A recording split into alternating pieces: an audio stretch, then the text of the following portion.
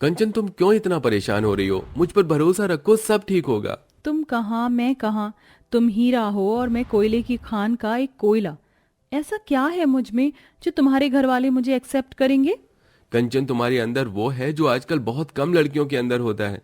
तुम एक बहुत अच्छी लड़की हो और मुझे तुम पर पूरा भरोसा है कि शादी के बाद तुम पूरे परिवार को अपना परिवार समझोगी।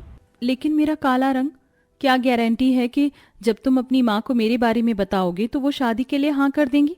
उनके भी तो अरमान होंगे कि वो अपने बेटे के लिए एक सुंदर गोरी चिट्टी लड़की लेकर आए। आजकल कोई भी एक काली लड़की को अपनी बहू बनाना नहीं चाहेगा। अगर ये बात है ना तो ठीक है कंचन। राघव कंचन का हाथ पकड़ता है और उसे पास ही बने दुर्गा माता के मंदिर में ले जाता है। कंचन और राघव दुर्गा माता के मंदिर में एक दूसरे से शादी कर लेते हैं। अब तुम्हें मुझसे कोई भी जुदा नहीं कर पाएगा। कंचन से शादी करके राघव उसे अपने घर ले आता है। राघव की माँ अर्चना जैसे ही अपने बेटे के साथ काली लड़की को देखती है। राघव, ये तेरे साथ लड़की कौन है? कहीं तू घर के साफ सफाई के लिए नौकरानी तो नहीं लेकर आया है? वे क्या काम कर लेती हो तुम? घर के सारे काम काज अच्छे से करने आते हैं ना तुम्हें? अरे माँ, ये घर की नौकरानी नहीं बल्कि आपकी सबसे छोटी बहू और मेरी पत्नी कंचन है। मैं और कंचन ने आज ही दुर्गा माता के मंदिर में एक दूसरे से शादी की है। क्या कहा तूने राघव? तू होश में तो है? अपने बेटे राघव की बात सुन अर्चना सदमे में चली जाती है कि तभी अर्चना की तीनों गोरी बड़ी बहुएं सोनी, मधु और अनुष्का आती हैं और सारी बात सुन लेती हैं। देवर जी, आप क्या कह रहे हैं? हम सब ने मिलकर आपकी शादी के कितने अरमान देखे थे और आपने पल भर में हमारे सारे अरमानों पर पानी फेर दिया। अगर आपको लव मैरिज करनी ही थी तो हमारी तरह किसी गोरी सुंदर लड़की से करते। इस काली लड़की से करने की क्या जरूरत थी?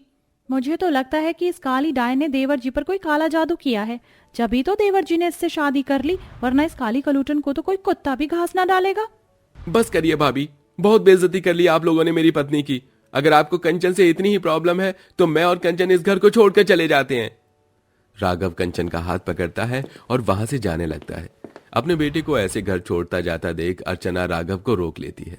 रुक जा राघव बेटा, अब जो होना था सो हो गया। अब हम उसे बदल थोड़ी ना सकते हैं। अगर तू कंचन से इतना ही प्यार करता है तो मुझे इस रिश्ते से कोई एतराज नहीं है। आप सच कह रही हो? देखा कंचन, मैं कहता था ना कि माँ तुम्हें पसंद कर लेगी। माँ, हमारी शादी तो बड़ी सादगी से हुई है, लेकिन हम अपनी शादी का रिसेप्शन बड़ी धूमधाम से करेंगे। इतना कहकर राघव कंचन को अपने कमरे में ले जाता है, जिसे देख अर्चना की तीनों बड़ी बहुएं अर्चना के पास आती हैं। माँ जी, ये आपने क्या किया? हमारे घर की नौकरानियां भी इस लड़की से लाख गुना सुंदर हैं और आपने इसे अपने घर की छोटी बहू स्वीकार कर लिया। मैंने भले ही इसे अपनी बहू स्वीकार किया है, लेकिन अब मैं इसका ऐसा हाल करूंगी कि ये कुछ दिनों में ही हमेशा हमेशा के लिए इस घर और मेरे बेटे की जिंदगी से चली जाएगी। अपनी सास की बातें सुन तीनों गोरी बहुएं काफी ज्यादा खुश होती हैं। ऐसे ही 2-3 दिन गुजर जाते हैं और आज राघव और कंचन की रिसेप्शन पार्टी होती है। ऐसा लग रहा है कि सारे सफेद कबूतरों में एक काला कौवा आ गया है। क्या चॉइस है अर्चना की? पड़ोसियों को इस तरह अपना मजाक उड़ाता देख अर्चना को काफी ज्यादा गुस्सा आता है, लेकिन वहीं कुछ लोग, भले ही अर्चना की छोटी बहू का रंग काला, लेकिन इसके बाल देखें कितने लंबे घने और काले हैं। औरतों की खूबसूरती सिर्फ उसके रंग से नहीं बल्कि उसके बालों से भी झलकती है, और बालों के मामले में तो अर्चना की छोटी बहू के बाल उसकी तीनों गोरी बहू से कहीं ज्यादा सुंदर हैं। मुझे भी ऐसे ही एक लंबे बालों वाली बहू चाहिए। गोरा चिट्टा रंग पाने के बावजूद भी जब पार्टी में आए मेहमान काली देवरानी के लंबे बालों की तारीफ करते हैं तो तीनों गोरी जेठानियां अपनी काली देवरानी से किलसने लगती हैं। लगता है इन औरतों की आंखें खराब हो गई हैं जो उन्हें ये काली बदसूरत पसंद आ रही है। आखिरकार क्या है इसके लंबे बालों में ऐसा? आज इसकी वजह से हमें ये सब सुनना पड़ रहा है। सारी फसाद की जड़ इसके ये लंबे काले घने बाल हैं। अब देखो हम कैसे इसके काले लंबे बालों की हजामत बनाते हैं। तीनों गोरी जेठानियां मिलकर अपनी काली देवरानी के लंबे बालों को नुकसान पहुंचाने के लिए अलग अलग प्लान बनाती हैं। ऐसे ही रिसेप्शन पार्टी का दिन गुजरता है और आज राघव अपनी बिजनेस मीटिंग के चलते कुछ दिनों के लिए शहर से बाहर जा रहा होता है। आप रुक जाइए ना, मुझे आपके बिना घर में बिल्कुल भी अच्छा नहीं लगेगा। कंचन, अब सब कुछ बदल चुका है। माँ और भाभी ने तुम्हें एक्सेप्ट कर लिया है। अब तुम्हें परेशान होने की कोई जरूरत नहीं है और सिर्फ कुछ ही दिनों की तो बात है। जैसे ही मैं मीटिंग से वापस लौटूंगा तो हम दोनों हनीमून पर किसी हिल स्टेशन पर चलेंगे। राघव कंचन को गले से लगाता है और अब बिजनेस मीटिंग के लिए शहर से बाहर चला जाता है, जिसका फायदा अब कंचन की तीनों गोरी जिठानियां और सास मिलकर भली भांति उठाती हैं। अरे ओ महारानी, ये तेरे बाप का घर नहीं है जो यहाँ पैर पर पैर रखकर आराम फरमा रही है? खाना कौन बनाएगा? भाभी, ये आप मुझसे किस तरह बातें कर रही हैं? जिस तरह से घर की नौकरानी से बात करनी चाहिए। तो भले ही दुनिया की नजरों में इस घर की बहू है, लेकिन हमारी नजरों में गटर की नाली का कीड़ा है। भाभी, आपको कोई हक नहीं मुझसे इस तरह से बात करने का। आपके साथ साथ मैं भी इस घर की बहू हूँ।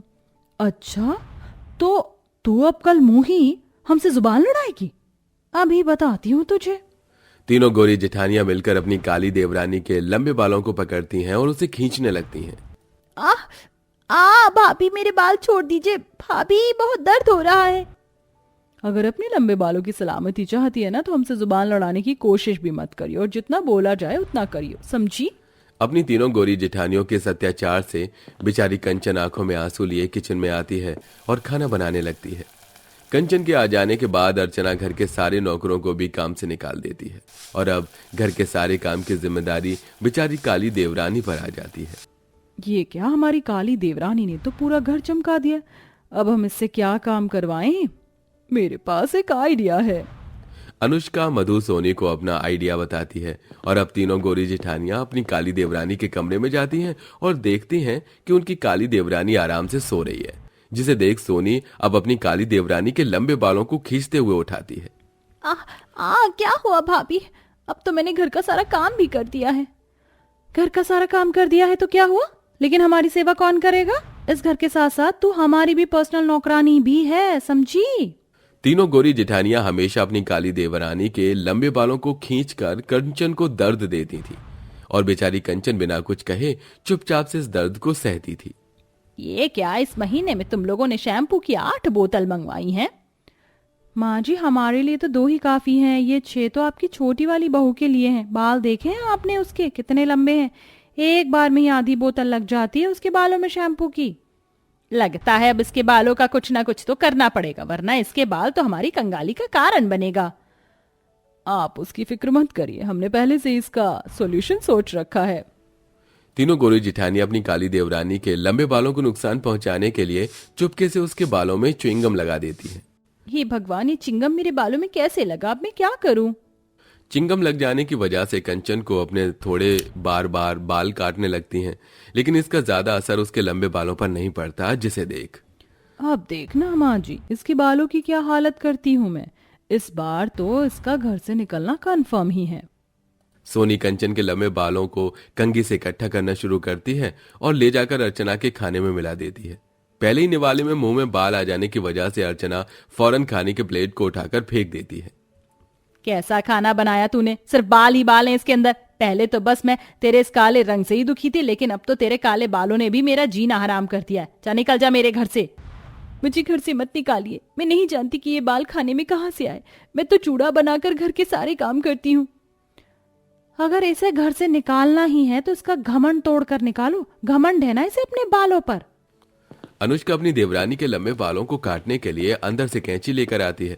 वहीं सोनी और मधु अब कंचन को पकड़कर खड़ी हो जाती हैं। भाभी छोड़ दीजिए, मेरे बालों को मत काटिए। भाभी छोड़ दीजिए। अनुष्का कंचन के बालों को काटने ही लगती है कि तभी वहां राघव आ जाता है और ये सब कुछ देख लेता है। भाभी, आप ये क्या कर रही हैं? मैं आपके भरोसे पर अपने कंचन को यहाँ पर छोड़कर गया था, लेकिन आप लोगों ने तो इसकी हालत हद से ज्यादा बदतर कर दी है। मुझे लगा था कि आप लोग बदल गए हो, लेकिन आप लोग तो वैसे के वैसे ही हो। आप लोगों के लिए सिर्फ खूबसूरती ही मायने रखती है।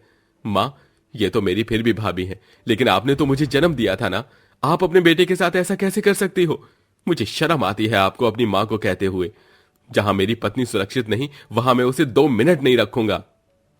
राघव कंचन का हाथ पकड़ता है और उसे हमेशा हमेशा के लिए इस नर्क से बाहर निकाल लेता है और अब दोनों पति पत्नी एक छोटे से घर में अपनी शादीशुदा जिंदगी की नई शुरुआत करते हैं और हंसी खुशी अपनी जिंदगी जीते हैं। आपके घर में सबसे ज्यादा लंबे बाल किसके हैं? कमेंट करके जरूर बताइएगा।